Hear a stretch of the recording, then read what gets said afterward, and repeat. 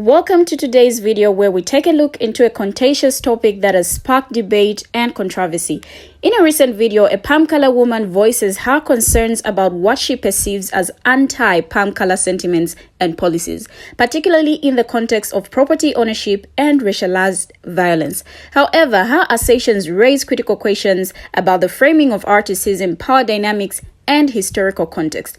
Now, I feel everything was going on well, not until she started comparing palm color people to black people, specifically those who were brutally unalived. Her complaint is that none of the palm color people who have been unalived have had statues of them made, but it's a different case with black people. I mean, that's how I understood it. I feel the more she kept on talking, the more it got worse. It is the last part of her video for me that isn't not just sitting well with my soul. But check our video out for yourselves, then afterwards we get talking. Don't forget to subscribe, give this video a thumbs up, and share your comments at the end. Time is up, white people. Now, those are not my words. Those are the words of a South African politician saying to the white citizens of that supposed democracy where everyone has equal rights that the time of their ownership of their private property is up, because South Africa is about to legislate, or has legislated, to remove private property, to seize private property from white citizens and redistribute it to black citizens. It is a racist policy. It is a racist practice, and it is and should be internationally criminal.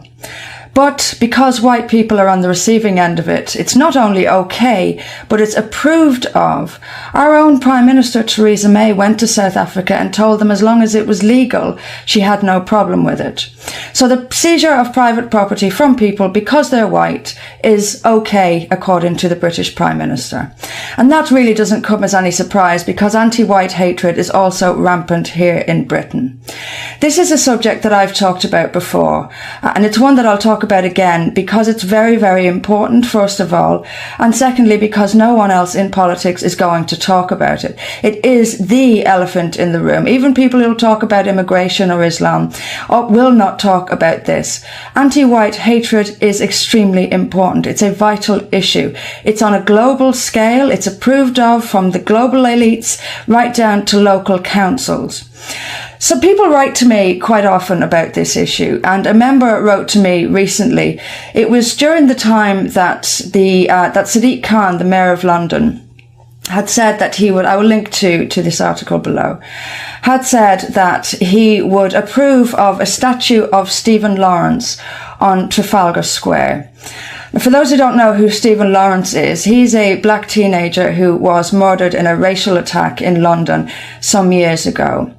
It led to complete upheaval in the criminal justice system, and it led to policy changes which were completely wrong, completely misguided, and which turned this country into what it is now, with a several-tiered justice system with white people sitting at the bottom. There was an inquiry. This was the case that led to the Metropolitan Police being labelled institutionally racist. And the inquiry that was held into the investigation into this murder, the Macpherson inquiry and the Macpherson report, which followed, recommended that colourblind policing should come to an end. That in fact the police should consider the colour of a person's skin when deciding whether or not to proceed with a prosecution, for example, or to gather evidence for a prosecution. And we can see the damage that has done day after day, and nowhere more obviously than in, for example, the Rotherham scandal or the gang rapes all over the country, where because the rapists were overwhelmingly Muslims, the police turned a blind eye, and the victims were overwhelmingly white, so that was another reason not to care. But this member who got in touch with me has told me and given me a list of names, which I'll read out to you. And this is not by any means an exhaustive list. I'm sure you have people in mind. So as well as the white girls raped all over the country and murdered some, while being called a white whore and white trash, and this is all white girls are good for, things repeated in court, there was no outcry. There will be no apology either, and there certainly won't be any statue on Trafalgar Square. But here are some people, a list he has sent me of some people, white people murdered in racist attacks in the last decade or so in this country. So we have Chris Donald, a 15-year-old boy in Scotland, brutally murdered in a racist attack by Pakistanis. No statue on Trafalgar Square for him. Ross Parker, 17-year-old, murdered in Peterborough in a racist attack, also by Pakistanis. Also no statue for him. Richard Everett, 15-year-old boy, murdered in London by guess who? A gang of Pakistanis. And guess what? No statue for him. Christopher Yates, 30-year-old white man, murdered in London by Pakistanis. No statue for him either. As far back as 2001, this member tells me, Oldham's chief of police stated that 60% of the racial attacks in that town were committed by Asian gangs, Asian quote-unquote, Asian gangs against whites, and The Guardian was forced to admit in 2006 that almost half of the racial attacks nationwide were carried out against white people. Where is the outcry?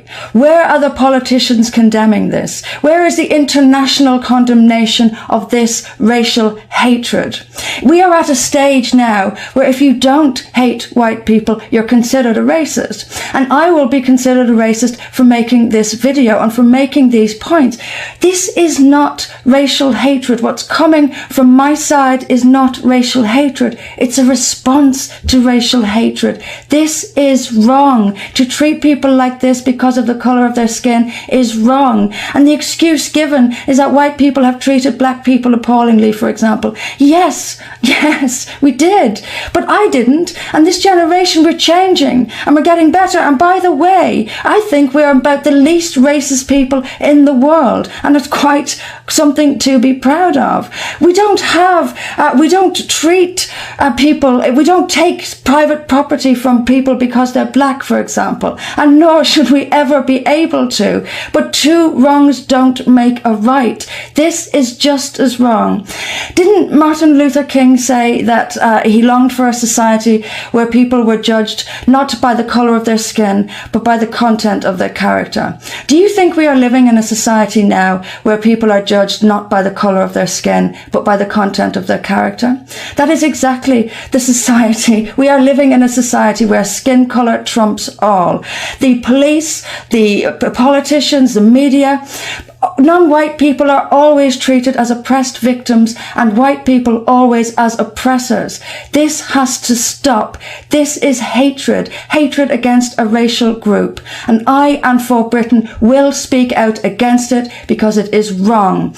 It's extremely dangerous as well, by the way. And it's happening for a specific reason. The globalists want white people hating ourselves. They want white people hating ourselves so that we will give up Europe to the rest of the world and therefore achieve their aim of cheap labour here and a global dominating unelected force governing the world. That is not some conspiracy craziness. It's the truth. We are heading towards a globalist world. You can hear condemnations of nationalism, of patriotism, and now with Brexit even of democracy itself, because democracy is an inconvenience to the globalists.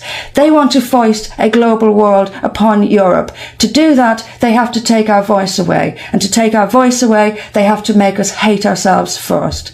That is what's happening. We must stand up to it. We must fight back and proclaim that this hatred of white people is wrong and immoral, and we must bring it to an end. For Britain will talk about these and other difficult issues, and we will stand up for what is right. No matter what the media does to us, no matter what smears the other politicians throw at us, we will tell it like it is, we will tell the truth, and we will stand up to what is wrong, and we will fight for what is right, which is the equal treatment for all people in Europe, including white people. No more excluding us from job applications, no more of this sneering at us, no more of this too many white people in this room, too many white kids in this class. It's disgraceful. We must put a stop to it. For Britain will. All right, welcome back, and here are my thoughts on what she said.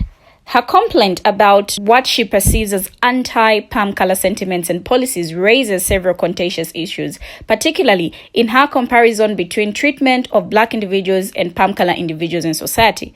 Firstly, her assertion that Black people who have been victims of brutal violence are commemorated with statues, while palm color individuals are not, overlooks the historical context and power dynamics at play. Statues and memorials are often erected to honor victims of systemic oppression and injustice, such as victims of slavery, segregation, and racial violence. Black individuals who have been memorialized in this way symbolize a collective remembrance and acknowledgement of past atrocities and a commitment to justice and reconciliation. On the other hand, the absence of statues commemorating palm color individuals who have been victims of violence does not stem from anti-palm color sentiment, but rather from a lack of systemic oppression targeting palm color people as a racial group.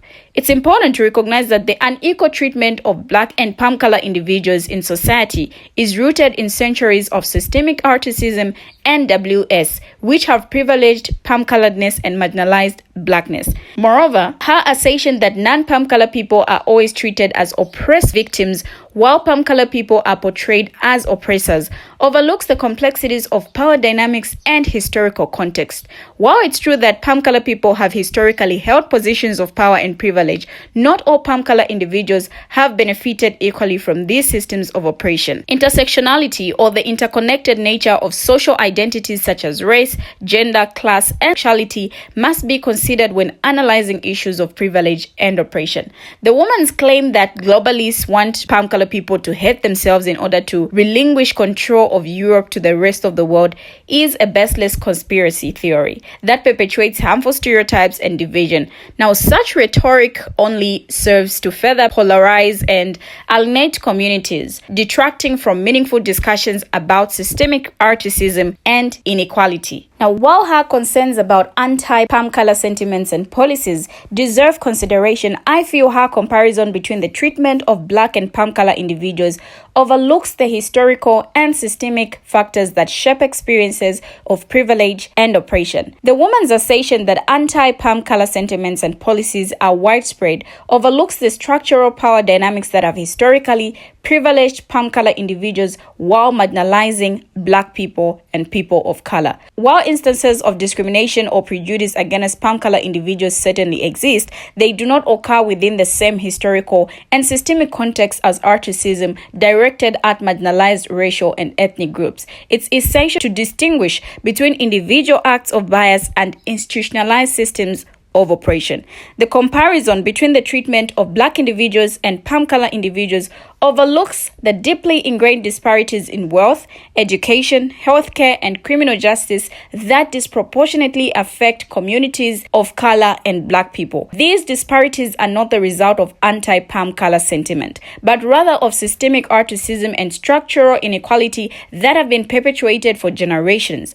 The woman's assertion that globalists want palm color people to hate themselves in order to facilitate their control over Europe reflects a conspiracy theory that scapegoats marginalized communities and detracts from meaningful discussions about power, privilege, and oppression. Such narratives only serve to divide and distract from the urgent need to address systemic injustices and work towards a more equitable society for all. Now, in considering this woman's complaint about anti-palm color sentiments, it's also important to recognize the broader societal context in which discussions about race and privilege take place. While it's true that individuals of any race can experience discrimination or prejudice, it's crucial to distinguish between individual acts of bias and systemic oppression. Systemic racism refers to the ways in which institutions and structures perpetuate racial inequalities, often to the benefit of palm color individuals and at the expense of Black people and people of color.